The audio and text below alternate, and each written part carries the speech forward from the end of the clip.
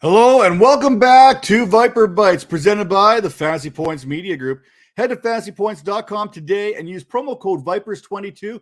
Get 10% off that fantasy football subscription. One of the best there is, the best there was, and the best there ever will be. A little bit of a Brett the Hitman Hart tribute here, because we are about to talk about a team that's been breaking a lot of hearts here in recent years, and that's the New York Football Giants. Now, hey, they got things right here in the offseason, and they're kicking it back to those early 90s jerseys, and I am all for that life, and I'm all for Saquon Barkley. Literally, there is no one else in this Giants backfield. Devontae Booker, who led this Giants team in rushing just a season ago, he is still sitting there in free agency. Barkley is now 2 full seasons removed from an ACL surgery and poised to return to his pre-2019 form here this season.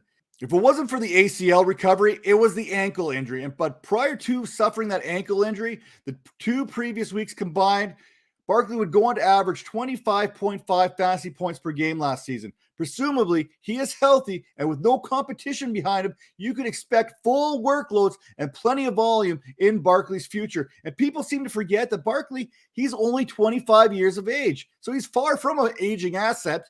Now, Barkley also adds so much in this passing game, accumulating a 25.7% target share when running a route that led to 41 receptions on 57 targets in a season in which he only played 13 games. And through those 13 games, he was battling injuries for most of it. So when you've got Barkley here, you know he's going to have a full workload. It's not just for 2022. I mean, the guy's 25 years old. You still got 3 or 4 seasons. I think he kind of reverts back to that pre-2019 form. And fantasy managers, hey, this is the time to go and acquire him right now, because I think the return on investment on Barkley is going to be greater here the next season or so. Now, another player who's a little bit younger than Barkley is Kedarius Tony. Currently in Dynasty circles, he's going off as the wide receiver 42. No one managed to stay healthy a season ago for this Giants team. Nobody. Talent will never be the question when it comes to Tony. Availability, however, will be. Let's not focus on the negative, though. Let's talk about the 2.14 yards per route run, which ranked 11th in the league, and his missed tackles forced per reception at 0.31, which led all receivers. It's easy to see that when you get the ball in Tony's hands, good things are going to happen.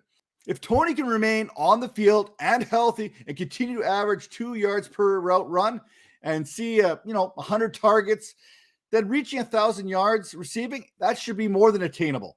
We saw everything come together in one game last season there, that Tony has that top 12 potential when he went off for 189 yards against the Dallas Cowboys last October, which was the most by a rookie receiver in a single game ever. Now, speaking of wide receivers, let's keep the train going here. Let's go with Kenny Gallaudet here, currently going up as the Dynasty wide receiver number 58 in most expert rankings. Gallaudet was the only receiver, you ready for this? The only receiver targeted 7 or more times in the red zone last season. He was targeted 9, by the way, and did not come away with a touchdown.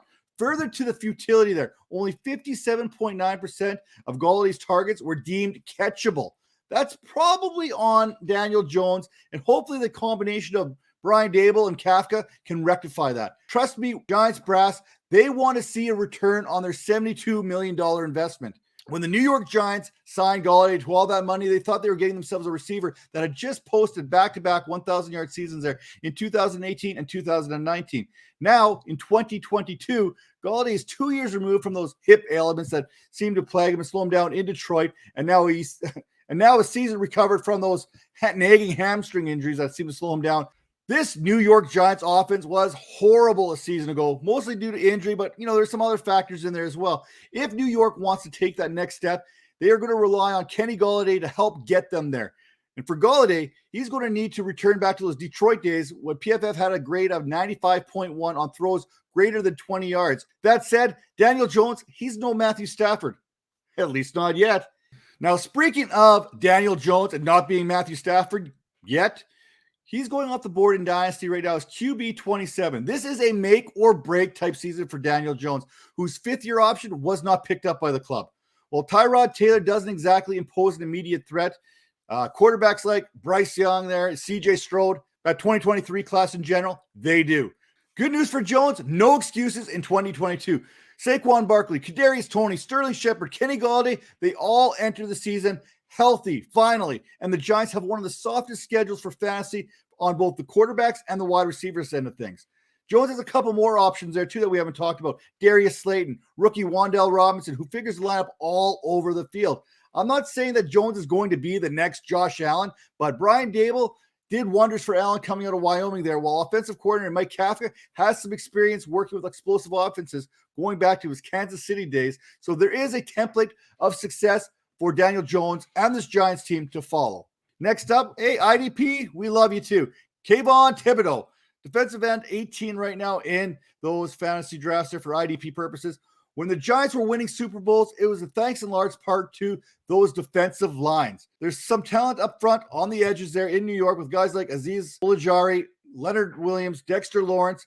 They also have talent in that second and third level with Blake Martinez, Xavier McKinney. Now, Thibodeau in 30 games with Oregon would go on to post 19 sacks, 126 tackles, 35 and a half of those tackles were for loss. With a nice blend of power and speed, his game translates very nicely at the next level. And what else translates at the next level?